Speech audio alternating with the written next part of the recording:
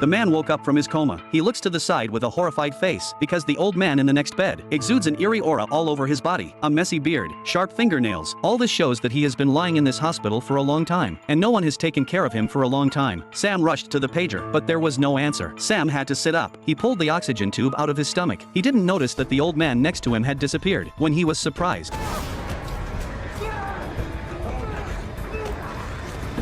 he was about to be strangled to death. Sam threw the old man out with all his strength and grabbed something from the table and hit the crazy man on the head. He ran down the hallway to call for help, but the hospital was empty. But the crazy old man came at him again, and the two of them got into a fight. The old man who was dying just now has amazing strength. Sam was no match for him. In a panic, grabbed a scalpel scattered on the floor and plunged it into the old man's neck. This knife is very fatal. The old man died instantly, but Sam was terrified. He was afraid that the old man was not dead. He stabbed him several more times until the old man was completely out of breath. Then he let go. Then he got up and called for help, but he seemed to be the only one left in the hospital. But even more bizarre is, the old man he had just killed had disappeared. Only a pool of blood was left on the ground. This sent chills down Sam's spine. Grabbed a bigger scalpel, ready to defend himself. But when he went to the hospital room, the old man was back in his bed, with tubes all over his body. He was a far cry from the man he'd been just a moment before. Sam suspected he was hallucinating, but the blood on his clothes proved that what had just happened had really happened. He rushed to find his clothes. He took his cell phone out of his pants pocket to call the police, but the cell phone had no signal at all. Looking at the strange old man across the street, Sam decided to leave the hospital immediately. He changed into his own clothes, just ready to go out, but suddenly a nurse blocked his way, said she heard the pager and came over, and warned Sam that he needed to rest, that he couldn't get out of bed.